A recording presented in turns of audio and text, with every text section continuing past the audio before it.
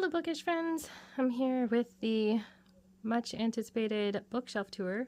My husband and I built these shelves 5 or 6 years ago, and the top shelf is my husband's record collection, songbooks, and nonfiction books, and then the next row we have hymnals and the rest of his nonfiction books, and then my nonfiction books. And so I will get a closer look at my nonfiction books.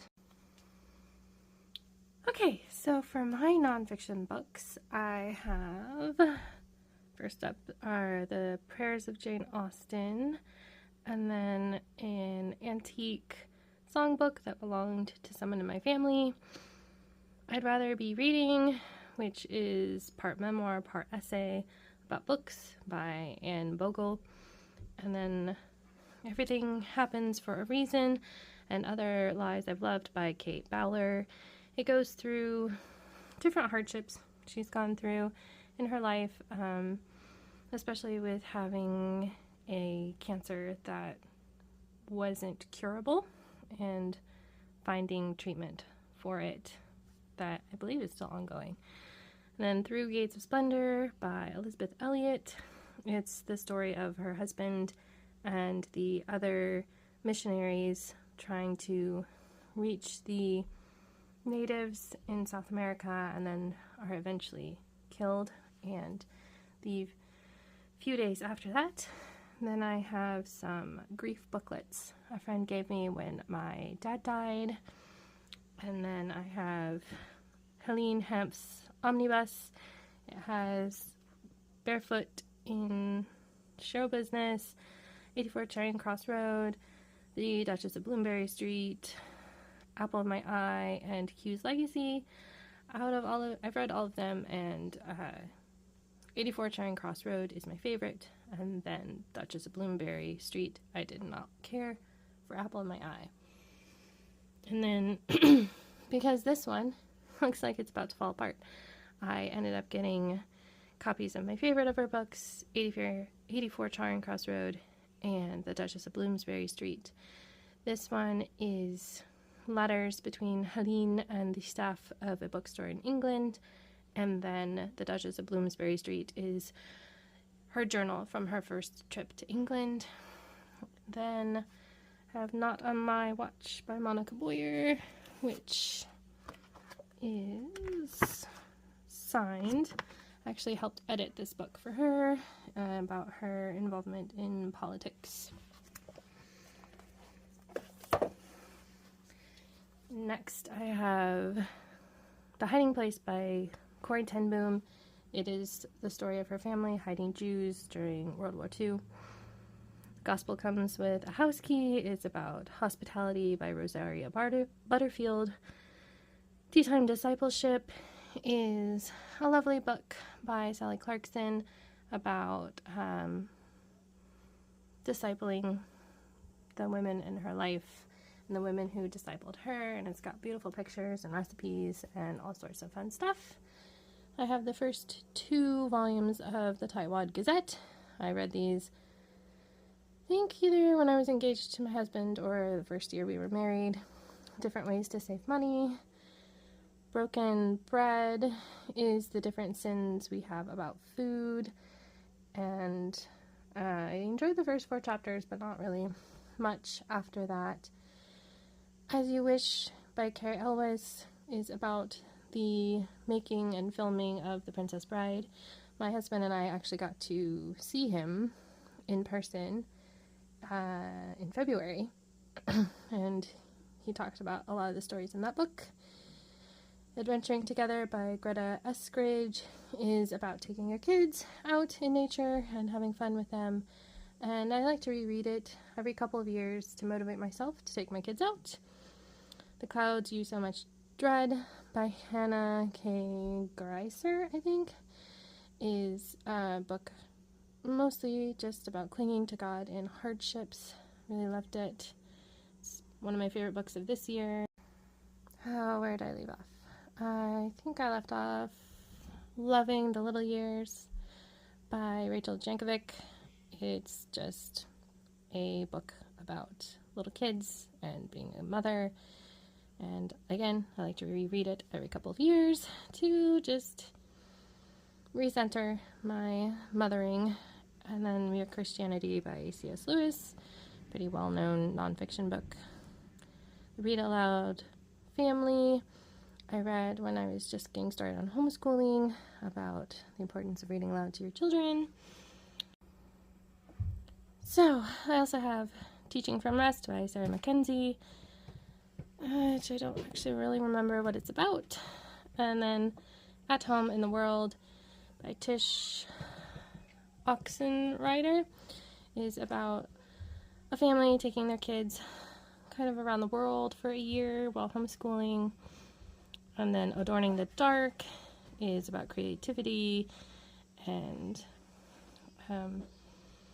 Andrew Peterson is a bit memoirish. The God of the Garden is kind of similar, only while he's doing a garden. The Turquoise Table is a hospitality book. Beyond Desolate by Tammy Schultz and Hannah Estabrook is about recovering from sexual abuse. I actually worked for Tammy and was one of her alpha or beta readers for this book. So I keep it because she gave me one of the first copies and she signed it for me. Memory Making Mom, another motherhood book, and Cozy Minimalist Home and Welcome Home are both kind of home decor books by McQuillan Smith. Next up, we have my fantasy shelf, and these are mostly in alphabetical order by author. So I have the first two Wormwood Abbey, or Secrets of Ormdale books by Christina Baehr. First is Wormwood Abbey, and then we have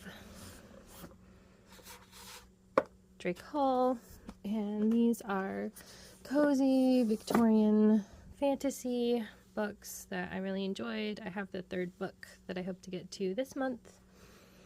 I have Fox, which by Nadine Brandeis. It is a historical fantasy about the Gunpowder Plot.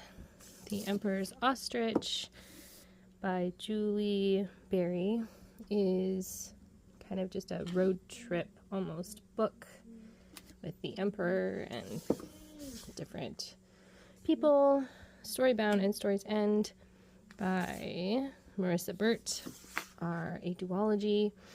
The first one, a girl falls into a storybook and ends up in storybook land and finding out how to survive as a storybook character. Just Ella by Margaret Peterson Haddix is a Cinderella retelling I really enjoyed. Then I have The Paper Magician, Glass Magician, and Master Magician by Charlie and Holmberg. These are fantasy books with different things, different ways to do magic. The main character becomes an apprentice to a paper magician in the first one, and then it goes through some of the other types of magic, glass, rubber, plastic, and other natural materials. The plastic magician is a different main character who becomes an apprentice to a plastic magician. A Wizard's Guide to the Defense of Baking is about a world where the minor wizards are slowly disappearing. And then I have two copies of Ella Enchanted by Gail Carson Levine. This one is my original one I got at a book fair in middle school, and it's falling apart, so I bought a different copy I could read. Ogre Enchanted is sort of a prequel to Ella Enchanted. Fairest is a companion novel. Different characters, events are happening at the same time as events in Ella Enchanted. The Two Princesses of Baehr is about a plague is slowly killing the people of the country, the timid princess decides to go look for the cure because her adventurous sister gets sick. And then Stolen Magic and A Tale of Two Castles go together. It's been a while, so I don't remember what they're about. Next up on fantasy, I have Six Crimson Cranes by Elizabeth Lim. It is an Asian retelling of the Six Swans. The stepmother curses the six brothers, and the princess has to go on a quest to save her brothers. Kingdom of Ruins by D.C. Marino is another one of my favorite books this year. It is a portal fantasy with some archaeology in it, and I really enjoyed it. Then my Robin McKinley collection. Beauty is a middle grade, maybe young adult retelling of Beauty and the Beast. Chalice is a fantasy where the kingdoms maintained by a chalice and different people who hold different roles. Rose Daughter is a young adult retelling of Beauty and the Beast. And Hero and the Crown and the Blue Sword are in the same world but at different times.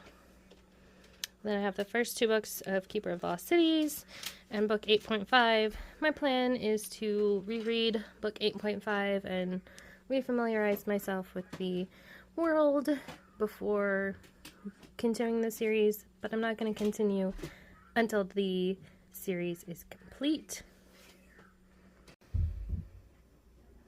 Okay, next up I have Once by Cameron Doki. It's a bind-up of 3 fairy tale retellings. Before Midnight, which is Cinderella, Golden, which is Rapunzel, and Wild Orchid, which is Mulan. Next is The Storyteller's Daughter by Cameron Doki. It's basically a retelling of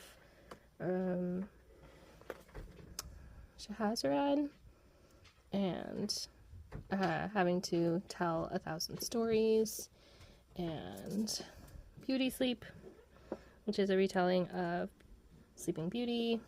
And then in the same series, but different author, is Snow by Tracy Lynn. It's a Snow White retelling. The Sherwood Ring is historical fantasy, has fairies and ghosts in it. And then I have Cress, one of the has stories in the same series that has Cinder and Scarlet. The Imaginaries is just art and what inspired it. And then I have Harry Potter, A History of Magic, the first 4 illustrated Harry Potter books, The Tales of Beedle the Bard, Fantastic Beasts and Where to Find Them, and a postcard a friend sent me from Harry Potter World. Next up, we have Echo, which is historical fiction with the fantasy twist. It has 3 timelines that are woven together with this magical harmonica. It is, one of the timelines is leading up to World War II. I believe the other 2 are during World War II. Then I have 2 copies of Siren's Call. The first one was written by my friend's dad, Rick Skowronski, and he was diagnosed with brain cancer and then worked with his son to rework the first book and write 2 more books in the series. So I have both editions. Heartless and Elizabeth Stengel, fantasy with Christian themes. I have The Scorpio Races by Maggie. I don't know how to say her last name. This is a horse race with horses that basically want to kill the riders. And then I have my 2 physical copies of Kate Stradling's books. I'd like to get more, but, you know, priorities. Deathmark is about a plague that is going through this fantasy country, and the girl gets the death mark and basically decides she's going to live out the rest of her days how she wants. Kind of Blue Castle inspired by Ellen Montgomery. And the other one that I have is the legendary Inge. This one is a bit of a reimagining of Beowulf if Beowulf were a girl instead of a guy. And what if he didn't, or in this case she, doesn't want to marry the king's daughter? And then I have Vivian van Velde, I think is how you say her name. The Hidden Magic. It's just a cute fantasy story. It has illustrations. I really enjoyed it. And then she has some Rumpelstiltskin retellings. These are short stories. I really enjoyed one of them. A couple of them were okay. A couple were meh. And then Wizard at Work. This wizard, he just wants to grow cucumbers in his garden, but he keeps getting interrupted by magical needs of other people in his kingdom. I have Book of Enchantments by Patricia Reed. This is a collection of short stories she wrote. And then I have The Lost Library and Bob by Rebecca Stead and Wendy Mass. These are both magical realism books for middle grade. The Enchanted Forest Chronicles. This is all 4 books. I think the first one is Dealing with Dragons. Princess doesn't want to get married, goes off, lives with a dragon who kind of keeps the unwanted suitors away. And then Future Stories. Magic and Malice is a bind-up of 2 books. The first one, a pickpocket, is basically sent to steal from a magician, and she gets caught and learns that things are not what they seem. And then this is a trilogy. The first one is Sorcery in Sicilia, The Grand Tour, and The Mislaid Magician. I know the first 2 are told in letters. I can't remember about the third one. And it is historical fiction with magicians in England.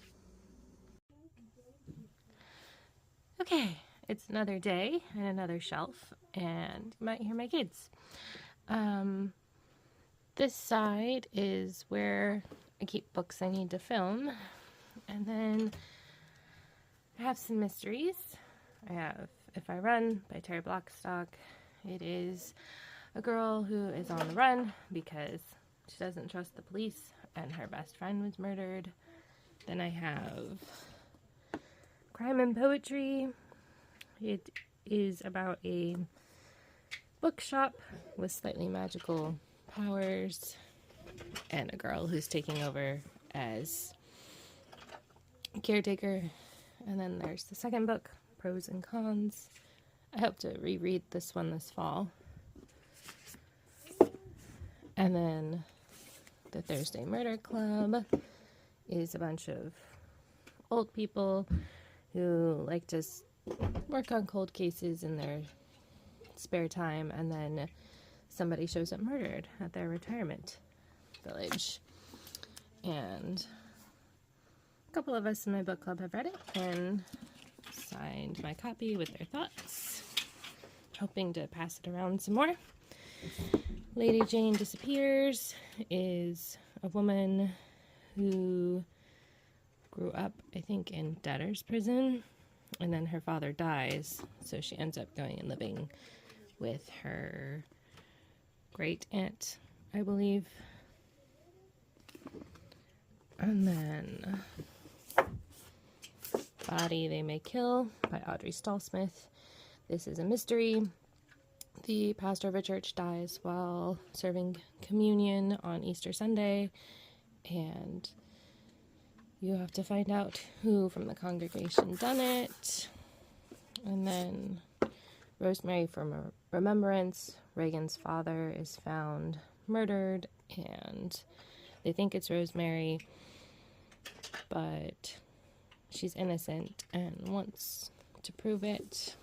And then also in the same series by Audrey Stallsmith is Marigolds for Morning. The star football player is stung by a bunch of bees, and they are trying to find out if it was an accident or if it was on purpose. I have A Caffeine Conundrum by Angela Ruth Strong. This one is two women are trying to buy the same property. For one wants to do a tea house and the other one wants to do a coffee shop, and the owner of the shop they want to buy dies in front of them, and they have to find out who done it. I have a few Jamie Jo Wright books. These are the ones I would want to reread. The Reckoning of at Gossamer Pond is a woman who works at a newspaper, gets an obituary for someone who hasn't died, and she goes to check it out, and the person is dead. The House on Foster Hill is about, I believe, a house where girls keep going missing. One of them is found dead in a tree. The Premonition at Withers Farm is, I think, the Cornstalk Killer. And then I have the first 5 books in the Scottish Bakehouse Mystery Series. If you want a series with older characters as the main characters, these are a good choice. They have, one of them has a grown daughter, one of them has a grown child and grandchildren, and the other one is single. So I think they're in their 50s, and they moved to Lochmaleg in Michigan. I believe it's in the Upper Peninsula, and they open a bakehouse, and it's got all of the Scotland vibes. Next I have my Mrs. Polifax collection. Mrs. Polifax one is kind of bored. I think she's about 60 in the first one, and her doctor's like, well, isn't there anything you've ever wanted to do? And she's like, yes, I've always wanted to be a spy. And through a chain of events, she ends up becoming a courier for the CIA, and everything that can go wrong always goes wrong on her adventures. Usually she's overseas, and interesting look into the politics of the time, because they start in the 60s and go from there. And I do have an extra copy of the 5th book, because I bought that one before I decided to buy the whole series, and it was cheaper to get the 4 through 6 one than to buy number 4 on its own. On the same shelf as my mystery books, I also have my collection of Morgan L. Busse books. I don't have quite enough room for them on my fantasy shelf, and this way I get to sort of feature them in my videos. I think I have these in order of publication. And so these two are a steampunk sort of sci-fi duology. And then we have her Followers of the Word trilogy. These have magical beings who have powers granted to them by God. All of them can heal, but they heal by taking on the wounds of others and then healing themselves. And then I believe one of them is the truth sayer, who can show people the truth by revealing what kind of person they are. And it's an interesting series. I think I read through it twice, actually. And then I have the Ravenwood saga. The first one is Mark of the Raven. Again, fantasy. The main character, Celine, is a dreamwalker, but her family has used it to assassinate people and to figure out secrets. And she's uncomfortable with that legacy and has to decide if she will continue in her family's footsteps or if she is going to strike a different path.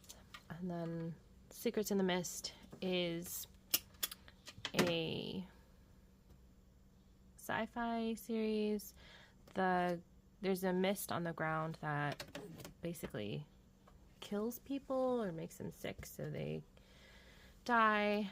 And the main character in that one, she's a diver, so they try to salvage things from the ground to sell and use up in the sky cities. I don't actually have the second book, Blood Secrets. It just continues the story. And then I've already talked about Winter's Maiden. This is where I put a book to feature in my videos, at least while I have shelf space. That might change in the future. And we have Sue the T-Rex and Tank the Ankylosaurus, who are guarding the book. Sue, my kids and I learned about a couple years ago. She was the most complete T-Rex fossil found. We got to meet one of the paleontologists who found her, and we also got to see her in the Chicago Field Museum last year. So the bottom shelf on this set of shelves has some random books, sci-fi, historical fiction, contemporary, and first off I have the first set of Percy Jackson books. I thought they were okay, and I'm holding on to them to see if my boys are interested in them when they're a bit older. And then I have Jacob Marley's Christmas Carol by Tom Muller. It is a reimagining of Charles Dickens's A Christmas Carol, but told from Marley's perspective. And fortunately, The Milk by Neil Gaiman. My kids really like this one. It's a fantastical story of a dad goes out to get milk and he's late returning, and he tells his kids this tall tale of everything that he did. We have Book Love by Debbie Tung, and it's just a bunch of comics about book lover life, and I relate to so many of these, and I like to reread it like once a year. I also have her Happily Ever After and Everything in Between, which again is comics but more about marriage and relationships. I have 2 of the Strange Planet comic books. I have Tolkien's Smith of Wooten Manor and Farmer Giles of Ham. They're 2 shorter stories by Tolkien. Song of the Deep is a book a guy wrote for his daughter based on his video game. And then I have episodes 3 through 7 of Star Wars retold in Shakespearean language. Next, I have my science fiction / Brandon Sanderson collection. I have Operation Lionhearted by Maribeth Barber. This is a independent novel. Reminds me a lot of Star Trek. It has different aliens and different planets, and it has Lindy is the main character. Her family is basically slaughtered with all the other nobles on her planet in the very beginning, and she eventually is asked to return for peace talks with the planet and the kind of federation of other planets. So then there's space travel, and there's also Christian themes in it, and I really enjoyed it. I have Arena by Karen Hancock. This is a bit of a science fiction reimagining of Pilgrim's Progress, and I really enjoyed it. Next, I have the Children of the Consortium trilogy by Kathy McCrum. Yes, it does bug me that my first one is in paperback and my other two in hardcover. I will probably fix that eventually.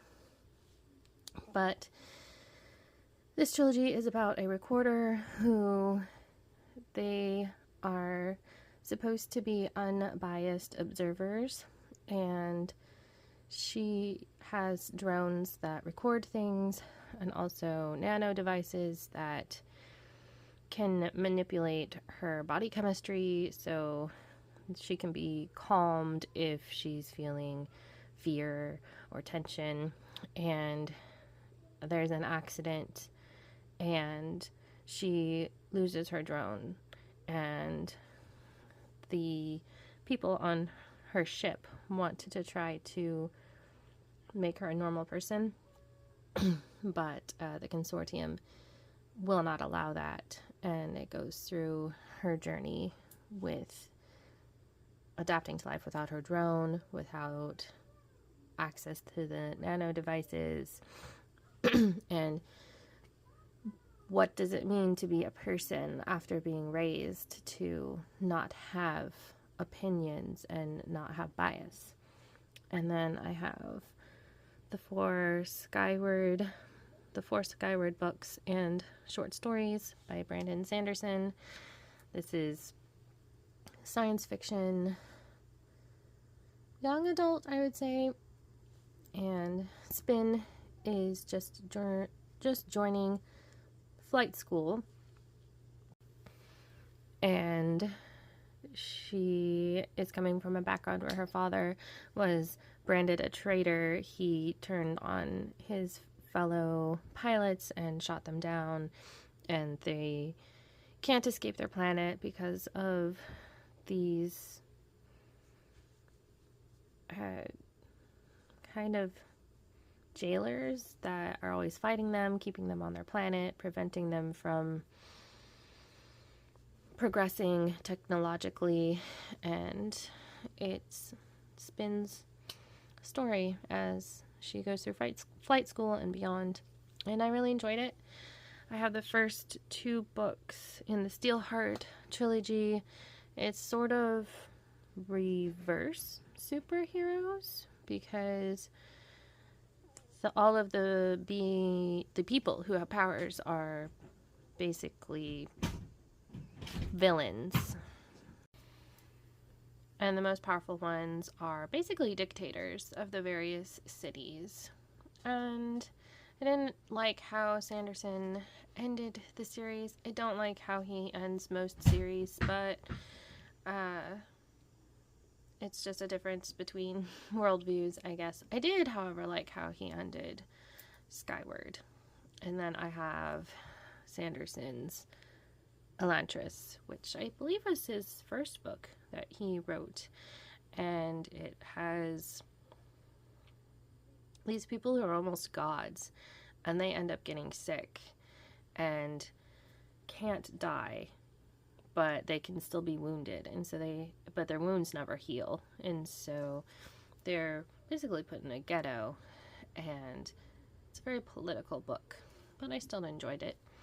And then I have Hugo. Yeah, I'll have to pull it out because there's a library sticker over it.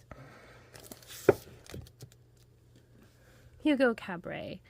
It's a story mostly told in pictures with a little bit of text here and there.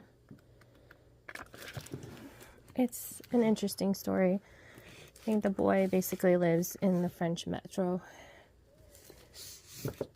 I'm wonderstruck. The main character is half deaf.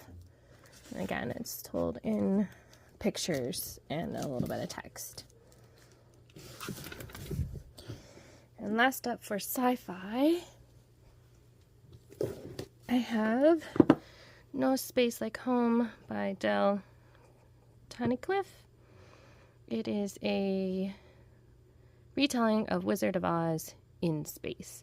I think I would have enjoyed it more if I had read more than just the first Wizard of Oz book. I think she incorporates elements from the other books in the series, but still really enjoyed it.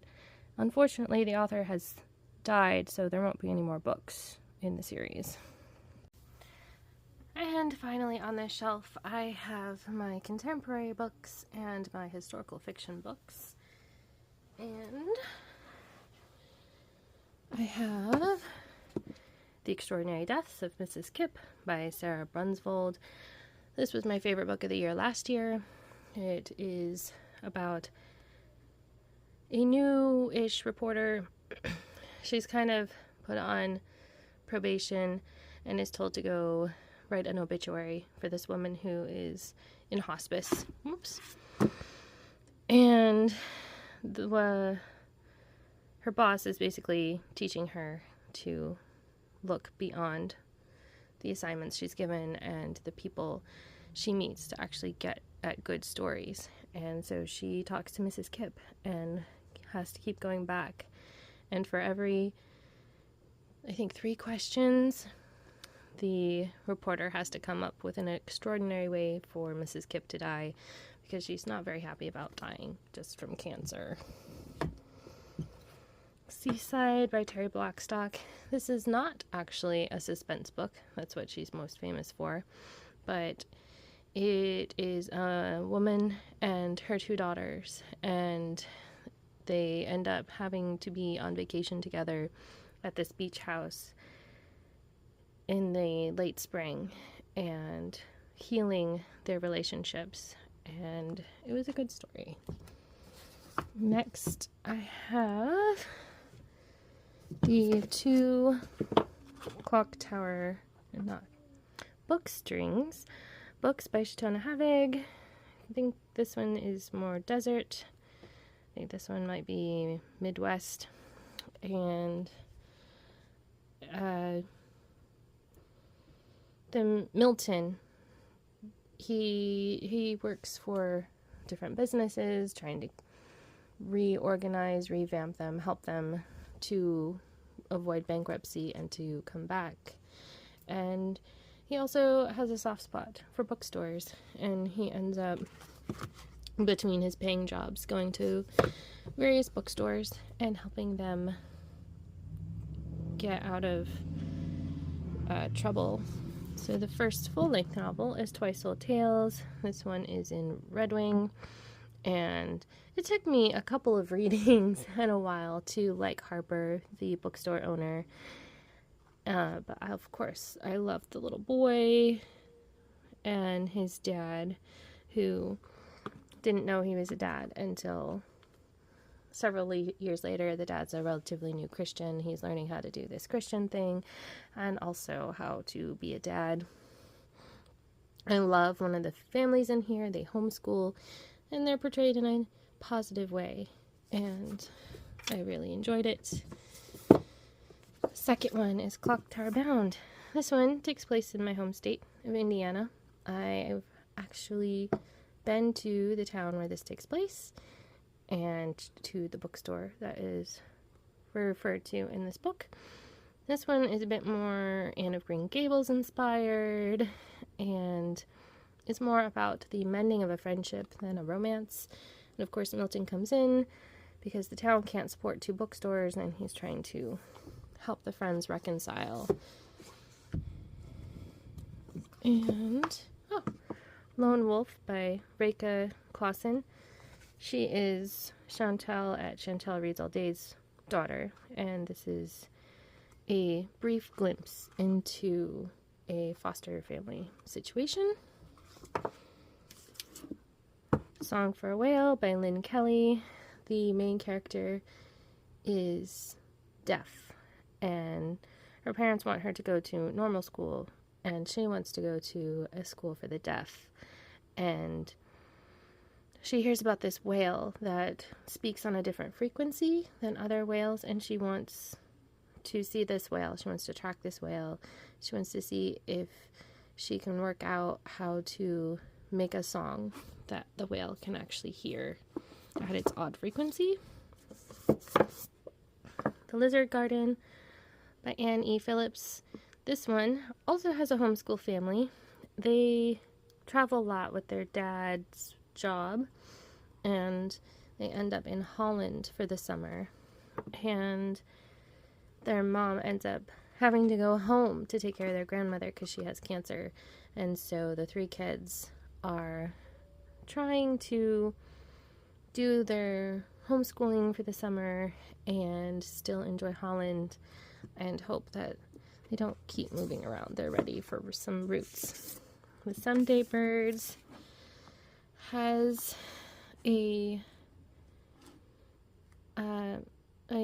main character who's on the spectrum. It's been a few years since I read this one, and he really wants to see these birds on this list, and the family ends up doing a road trip to do that. City Spies by James Ponti. This is the first book in the series. It's teens who have been kind of adopted by this little experimental branch of the MI6 because they think that teens can get into some places adults can't. And I've enjoyed the series. I think there's 5 books now. The third one's my favorite so far. Austin Escape. I talked about this one in my July wrap-up. This is a book where a woman is not liking the new boss at work, and her friend offers to take her on this all-expense-paid vacation that is at a place that does Austen sort of reenactments, has all the Austen references. It was good, but a little too romancy for me. Oops. I just talked about this one in my last video, The Lost Manuscript by Molly Rushmeyer, though I don't think I actually said what it's about. A woman, her grandmother, goes missing in England while looking for this lost manuscript, and so she goes over and tries to find her grandmother and the manuscript. Bit treasure hunty in England. I loved it. But finally, we have my historical fiction section. And first up, there's no picture on the cover, but it's Constance by, I believe it's Patricia Clapp. This is told in diary format of a girl who comes over on the Mayflower and the settling of, I think it's Plymouth. And it goes through several years. I think it goes through about 6 or 7 years of her life, from 14 or 15-year-old into her early 20s. And it was an interesting look at life in that time. She definitely grows as a character. I first read it as a teen, and I think I've read it a couple of times as an adult, and I still really enjoyed it. I have the Boston Jane trilogy. Jane moves from, I think, Philadelphia to the Washington settlement on the West Coast, and she has to learn how to adapt to pioneer life and not rich city life. Her father is a doctor, and she ends up moving to Washington on her own as a teen. It has some information about what early settlement looked like and relations with the Native Americans. And again, a series I read a lot as a teen, and I've read it a couple times as an adult. And The Last Bookshop in London by Madeline Martin. This was my favorite book of the year in 2022. This is a World War II historical fiction, and the woman starts out not liking books, but then she gets a job at a bookstore, and I really enjoyed seeing her become a bibliophile, seeing her interactions with the community and how books end up holding the community together during the Blitz. Also, if you're looking for a very low romance historical fiction, this one has a very minor romance. It's more about community. And The Guernsey Literary and Potato Peel Pie Society by Mary Ann Schaefer and Annie Barrows. This book is told in letters. It's right after World War II, and you get a glimpse into people and their stories on Guernsey during the Nazi occupation.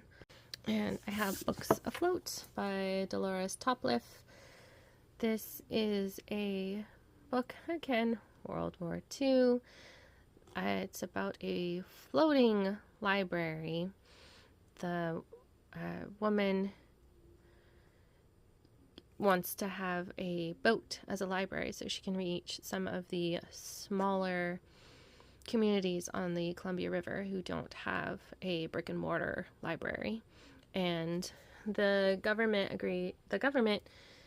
kind of on the sly pays for it, or part of it, in exchange for them keeping an eye on the river, looking for Japanese subs that are trying to go down the river.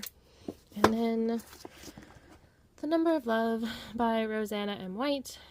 This is another World War II book, but it's about the code-breaking office in England. And yes, there's a bit of a romance, but I really liked this character from a previous book, and it talks about her role in code-breaking and how she fits in after being a very literal, logical person.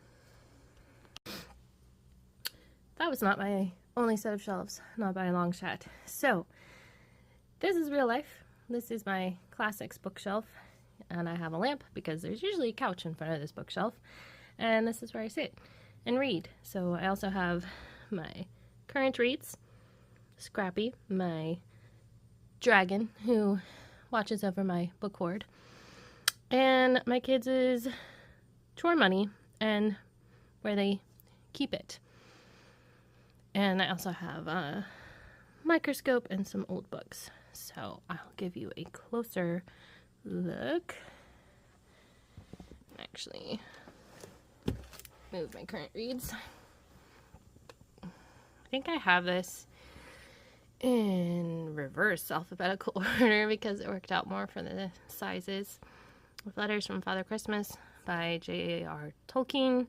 I read this to my kids last year. They loved it. They loved the polar bear. It's in letters, lots of illustrations. I then have 3 copies of The Hobbit.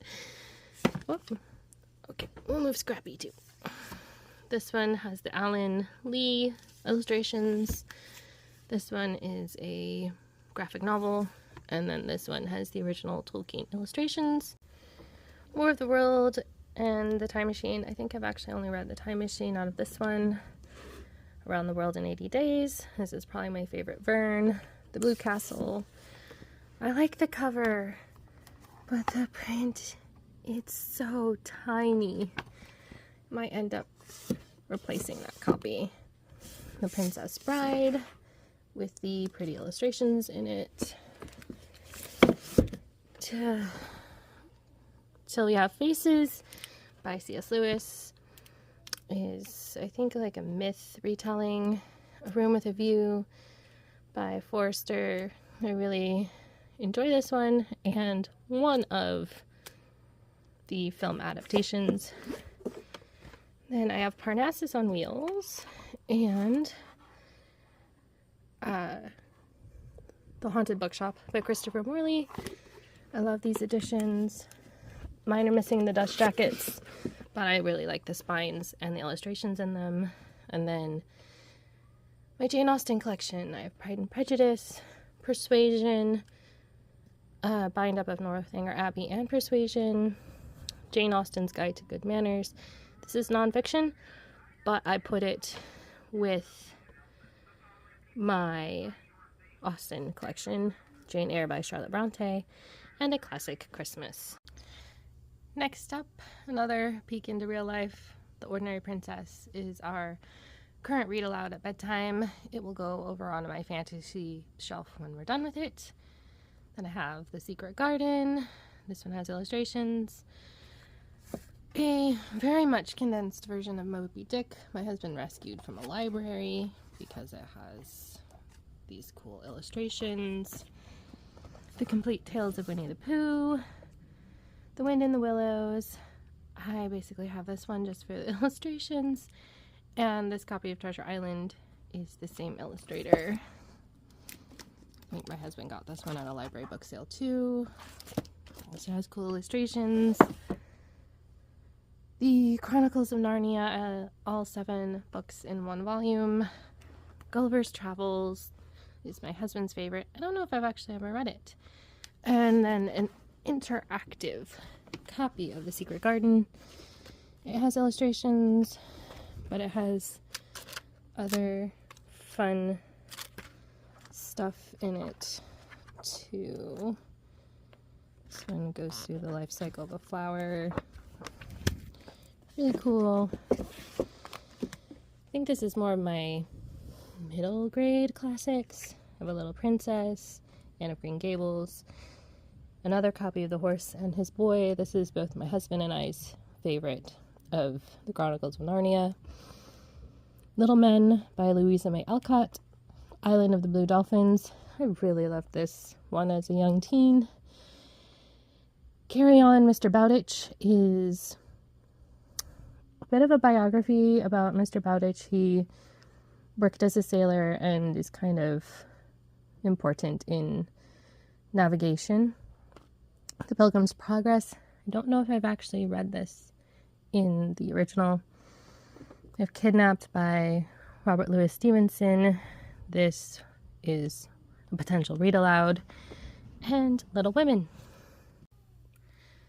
This is my mystery classics shelf, plus the dust jacket from Little Pilgrim's Progress that we're reading right now. I have Father Brown short stories and The Innocence of Father Brown, which is also Father Brown short stories. I have 5 Miss Marple novels. I've read all of these. And here's my collection of the Agatha Christie books in this edition. Death Comes as the End is a bit of a historical mystery. It's set in ancient Egypt. The Murder of Roger Ackroyd is one of my favorites. Partners in Crime is the second Tommy Tuppence. Why Didn't They Ask Evans is one I really liked last year. Come Tell Me How You Live is actually autobiography of Agatha Christie going on archaeological digs with her husband. And Then There Were None and Murder on the Orient Express are in this Reader's Digest special edition that I found and really liked. A Deadly Affair is some short stories. The Life and Times of Miss Jane Marple is kind of combining all the information we have about Miss Marple to give more of a biography of her. And then, can't really see it, Witness for the Prosecution and the Tuesday Murder Clubs are both sets of short stories. Tuesday Murder Clubs is actually the introduction of Miss Marple. And I have the complete original illustrated Sherlock Holmes. It was my father's copy. It has the original newspaper illustrations in it. And then, it's hard to see, but I have Crocodile on the Sandbank by Elizabeth Peters. It's the first Amelia Peabody mystery. It has archaeology and ancient Egypt, and I really liked it. And then I have a couple of the Lord Peter Wimsey books by Dorothy L. Sayers, again in the Reader's Digest special editions. Clouds of Witness is book 2 and has Lord Peter's brother. And then Strong Poison introduces the character of Harriet Vane. And this bottom shelf is a bit hard to film because it's on the floor. This is my Shakespeare collection. I have some of the No Fear Shakespeare books for Romeo and Juliet and Hamlet and Othello. I have some of the Shakespeare plays. My husband rescued these from a college library that was closing. Tales from Shakespeare is Charles and Mary Lamb's retellings. This one has illustrations in it. And then I have some like kids book graphic novel versions of some of the plays. My husband got this Shakespeare book that has different pullouts and things with some of the plays and about the Globe Theater and different pop-up of the Globe Theater and different things like that. And then Lego Shakespeare. It's the plays retold with Legos. Okay, so I'm just gonna pan over what we have left because my video is already an hour long and most of what's left are kids books and homeschool books. So on the top shelf we have some pop-up books on the left, and then middle grade books, Wingfeather Saga, Wild Robot, lots of other fun things. Oh, go a little closer on this side. And then down here we have some Wonder books over here. Those have the audiobook attached to the picture book. And we have graphic novels that transition into some non-fiction graphic novels on the left.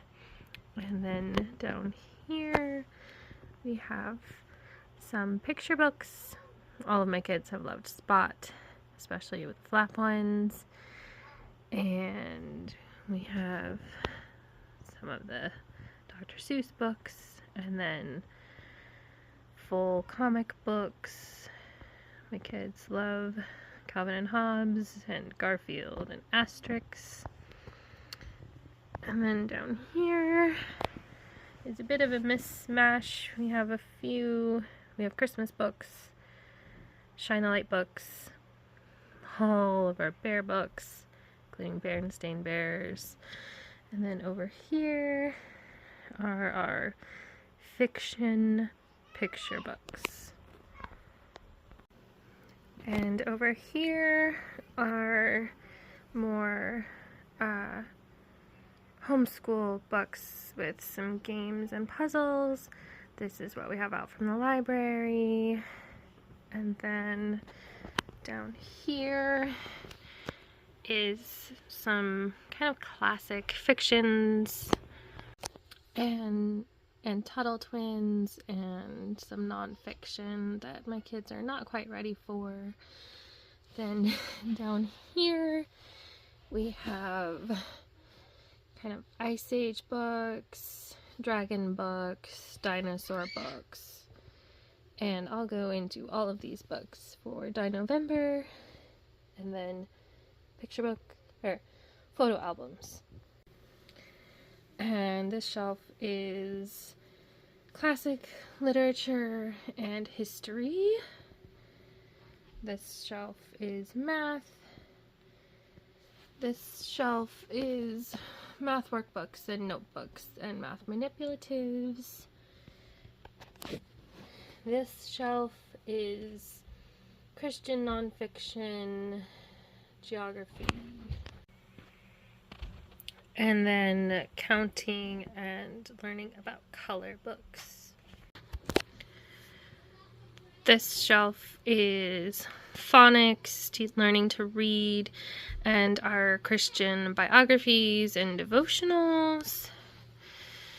Down here, all of our poetry books are on the left, history in the middle, Constitution, and then some more classic literature. Here are easy readers. We have a lot of Fly Guy and Henry and Mudge and Narwhal and Jelly. And then this shelf is more science picture books. We did a lot of animal studies last year. Then on this shelf, we have our microscope, natural history, more chapter books, and a couple pop-up books. We have our science books and some curriculum and field guides. This book is more easy readers, all of the Elephant and Piggies and some other Mo Willem books. We have most of our board books, and then more board books and easy readers. And finally, we have the easy chapter books. We have Imagination Station, Magic Tree House, Secrets of the Hidden Scrolls, I Survived, and our morning basket with our read-alouds. We have Bob books, some more early chapter books, a couple board books. The middle one are books I want my 7-year-old to read. And then on the right, we have the shoe books, Anne of Green Gables, and some like Dear America books. And then finally, on the bottom, we have Laura Ingalls Wilder, McGuffey readers, Childcraft books, Wishbone, and Royal Diaries.